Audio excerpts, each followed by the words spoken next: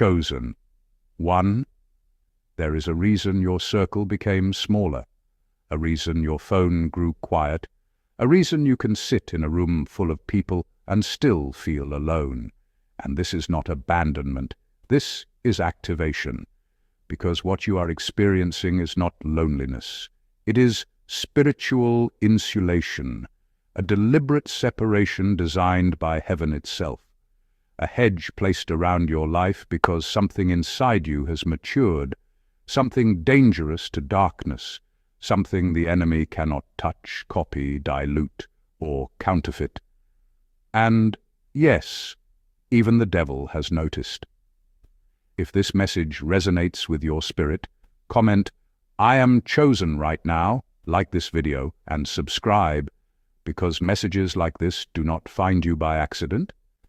They find you on assignment. At the exact moment your soul is ready to remember who you are. Chosen one? No one warned you that spiritual elevation would feel this quiet, that ascension would sound like silence, that becoming would feel like subtraction. You thought growth would feel loud.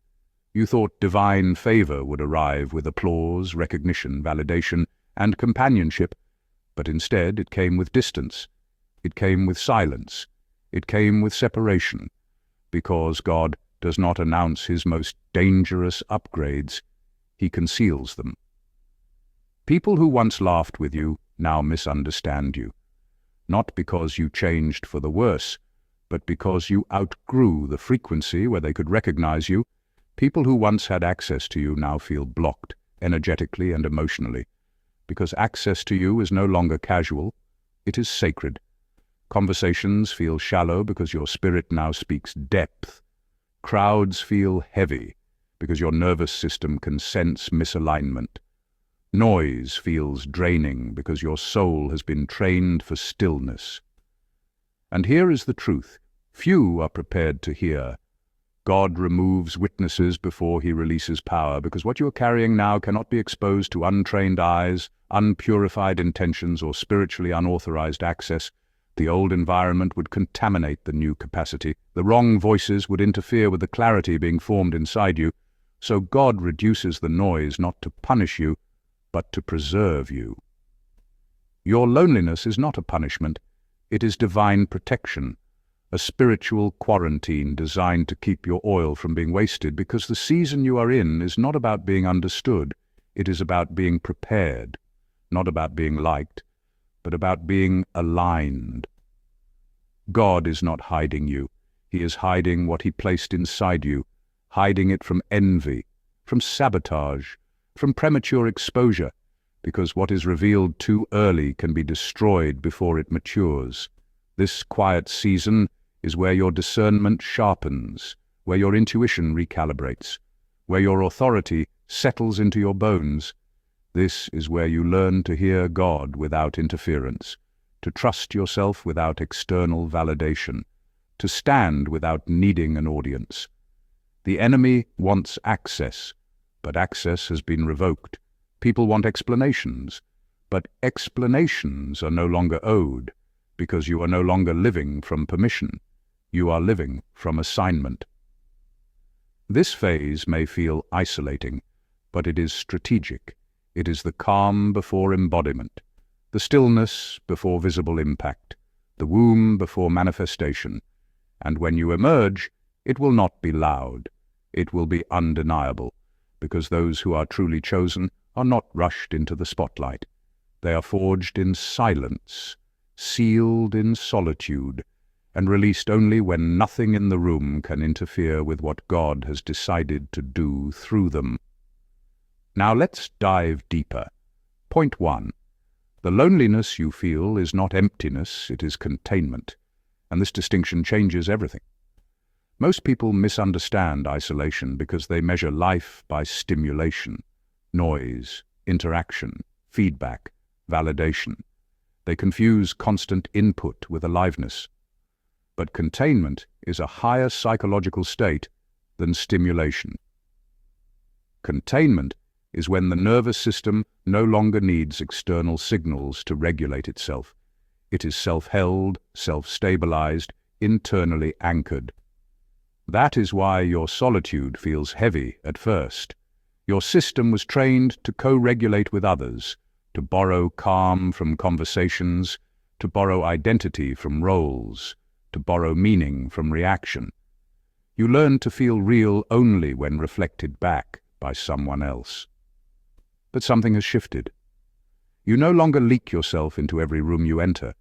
You no longer dissolve into other people's expectations, moods, or demands. This is not withdrawal.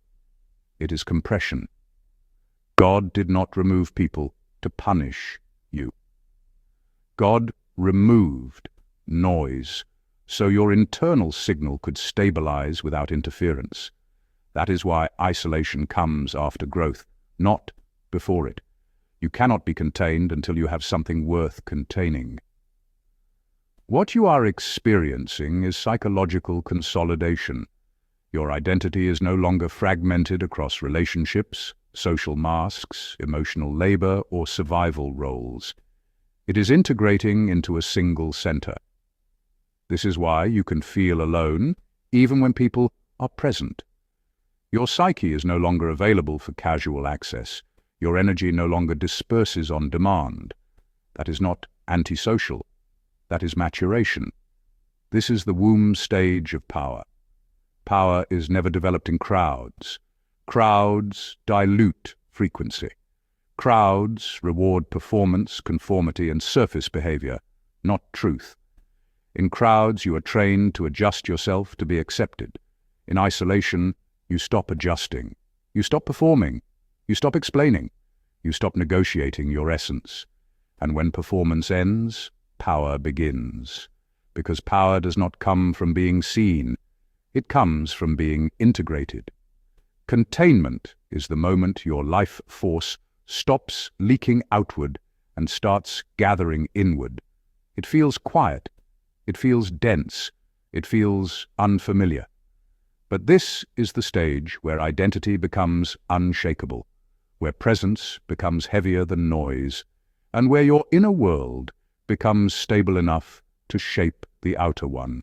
What feels like loneliness is actually the formation of gravity. Point 2. You mastered emotional sovereignty, and that changed how the world can touch you. Emotional sovereignty is the quiet but absolute ability to experience emotion without being ruled by it, to feel deeply without handing the steering wheel to impulse. Earlier in life, people could provoke you with a word, a look, or a carefully timed silence. Rejection could knock you off center, approval could intoxicate you, and uncertainty could keep your nervous system on edge. Your reactions were immediate, visible, and therefore usable by others. But now something subtle and unmistakable has changed. There is a pause between what happens and how you respond. That pause is not weakness. That pause is power. It is consciousness arriving before instinct. It is awareness stepping in before old conditioning takes over. The enemy never feared your aggression or your anger, because anger is loud, fast, and predictable.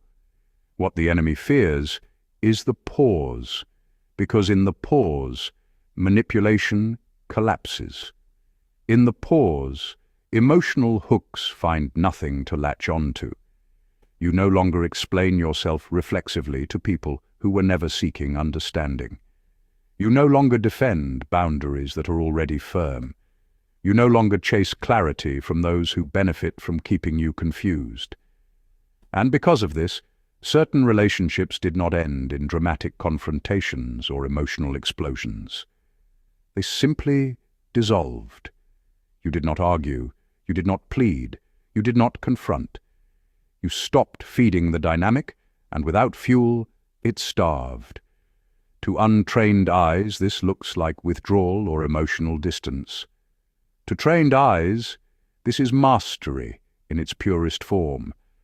Emotional sovereignty means your mood is no longer a public resource, your emotional energy is no longer a communal supply, and your inner weather is no longer influenced by external noise. This is why loneliness often appears during this phase. When you stop outsourcing emotional regulation, you temporarily lose bonds that were built on reactivity, not alignment. But what replaces them is far more threatening to darkness: inner stability. A stable chosen one cannot be rushed, baited, guilted, or emotionally hijacked. This is why the devil studies restraint more than rage. Rage burns fast and burns out. Silence watches, waits, and remains untouchable. Point 3. This phase is divine protection, not social failure. And it is important you understand this clearly, because mislabeling this season will cause unnecessary self-doubt. There are moments in life where connection is not a blessing, but a vulnerability. When growth accelerates, when inner capacity expands faster than external structure can stabilize it, your energetic and psychological boundaries temporarily thin. This is not weakness, it is formation. In these seasons, God reduces exposure, not as punishment, but as preservation. Not everyone deserves access to a forming self.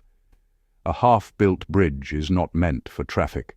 The loneliness you feel is not rejection. It is the absence of interference. Interference rarely arrives as open hostility.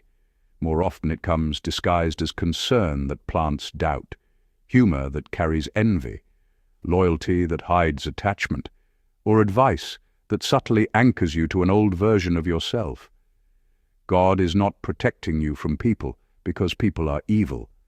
God is protecting your nervous system while it recalibrates to a higher operating level.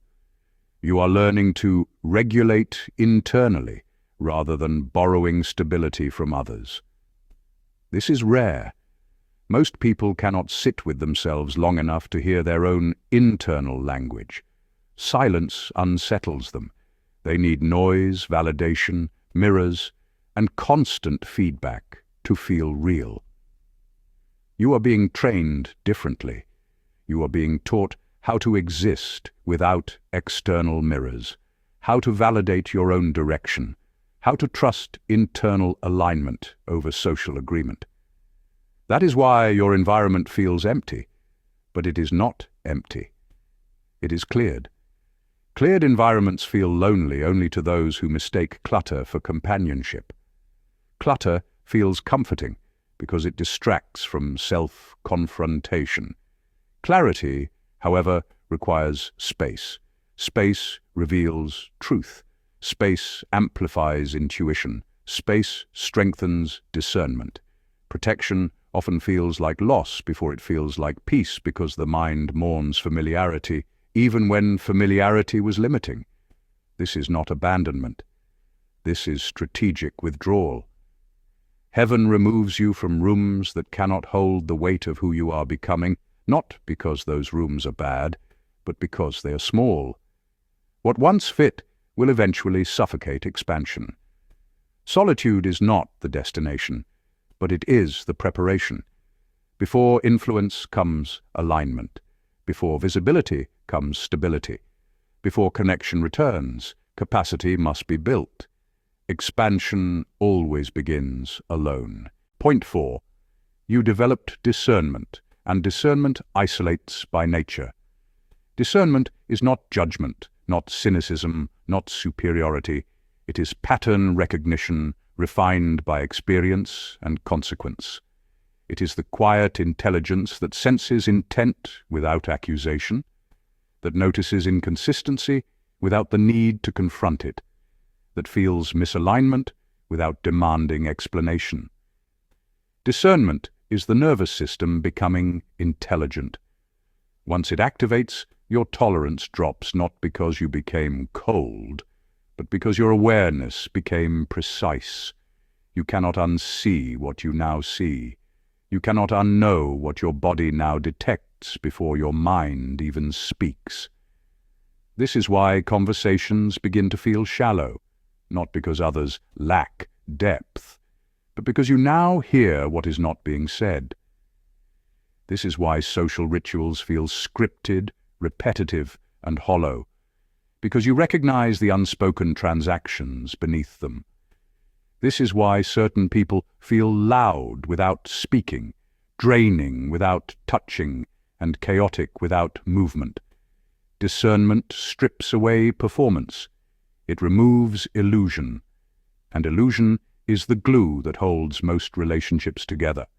When illusion dissolves, what remains is either truth or distance. Many connections cannot survive truth.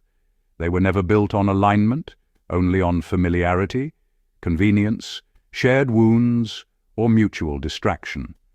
So distance forms naturally, not through conflict, not through rejection, but through non-participation.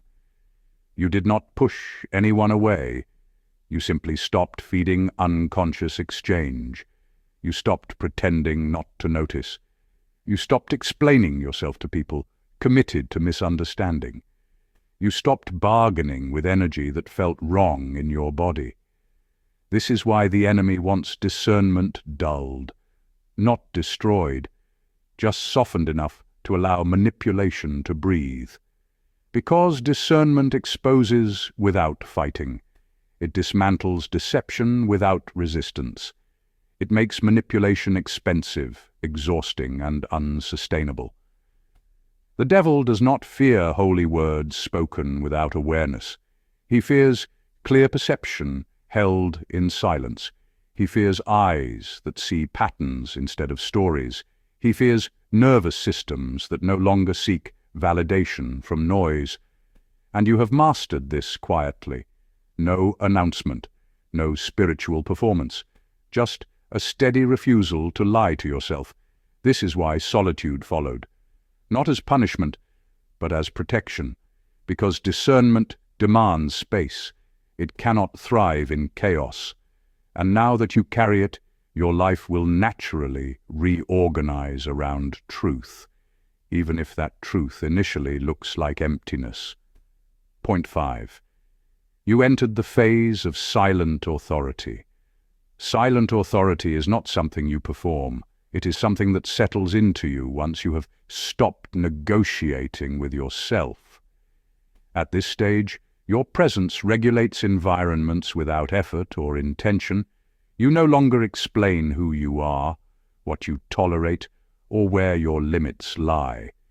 There is no announcement, no warning, and no justification. People simply feel the edge and adjust, or they drift away. Respect is no longer something you seek, manage, or extract. It either arrives naturally, or it doesn't, and neither outcome disturbs your internal balance. This is where loneliness deepens, not as punishment, but as a consequence of coherence. Silent authority cannot coexist with chaos. It does not argue with disorder. It dissolves it by refusing to participate. Drama requires emotional hooks, and you no longer offer them. People who rely on reaction, validation, or emotional turbulence feel unsettled around you now. They may label you distant, cold, detached, or changed. What they are actually sensing is containment. Your inner world is no longer leaking outward. Your energy no longer rushes to meet others. It holds inward, grounded, self-contained, and unprovoked. This inward gravity is not suppression. It is integration. You are no longer porous to opinions, moods, or expectations that once passed freely through you. This is mastery of the self, not dominance over others. Dominance seeks control because it lacks inner order. Silent authority needs nothing external to confirm it. It does not persuade, explain, impress, or posture. It does not rush to be understood. It stands rooted and unmovable, even when misunderstood. And standing alone is often the price of standing fully. Many cannot remain in your presence because it reflects back their own lack of structure. Your calm exposes their chaos. Your stillness confronts their noise. Silence at this stage is not emptiness or withdrawal. Silence is compression. It is power gathered inward, refined and distilled. Like pressure beneath the surface, it is invisible until the moment of impact. Compression always precedes force. And you're no longer loud, because you no longer need to be. Point 6. Loneliness is training you to source connection internally before it returns externally. And this is one of the most misunderstood phases of spiritual maturity. What feels like absence is actually recalibration. If God were to reintroduce people before this internal anchoring was complete, you would regress into old patterns of emotional dependence, unconsciously outsourcing regulation, worth, and stability to others. This season is teaching you how to experience warmth without company, meaning without an audience, and joy without permission or validation. You are learning how to sit with yourself without distraction and still feel whole. That is not emptiness, it is strength forming quietly. When connection returns, it will not arrive as rescue or relief. It will arrive as resonance. It will be additive, not compensatory. You will no longer need people to fill emotional gaps because there will be no gaps to fill. Instead, you will invite others to share overflow. This is why this phase feels unfamiliar, even uncomfortable. You have never lived from internal fullness before. You lived from exchange, attention for approval, presence for reassurance, and connection for identity. Now you live from presence itself, from groundedness, from an unshakable inner steadiness. This is not permanent isolation. It is preparatory solitude. A sacred pause where your nervous system, spirit, and sense of self are being rewired for healthier attachment. Relationships that return after this phase will feel different, quieter, cleaner, less urgent, and less charged by fear or need. More real, more aligned. You will recognize them not by intensity, but by peace, by the absence of anxiety in their presence. Point 7. This is the sealing phase before visible impact. Every chosen one experiences a season where nothing external seems to happen, while everything internal reorganizes. This is where impatience is tested, where faith matures, where identity detaches from outcome. You are not being delayed, you are being stabilized. Power without stability destroys the vessel. God is more interested in who you become than what you produce. That is why the pace slowed. That is why the noise faded. That is why loneliness arrived uninvited. It is the final calibration before expansion. When movement resumes, it will be precise. When the connection returns, it will be aligned. When purpose is expressed, it will be sustainable. You did not lose people because you failed. You lost access because you passed. This is not the end of companionship. It is the end of unconscious companionship. You are not alone because you are unworthy. You are alone because you are trusted. Trusted with stillness. Trusted with silence. Trusted with power.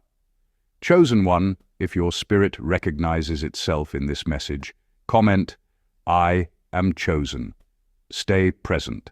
Stay grounded. Stay sealed.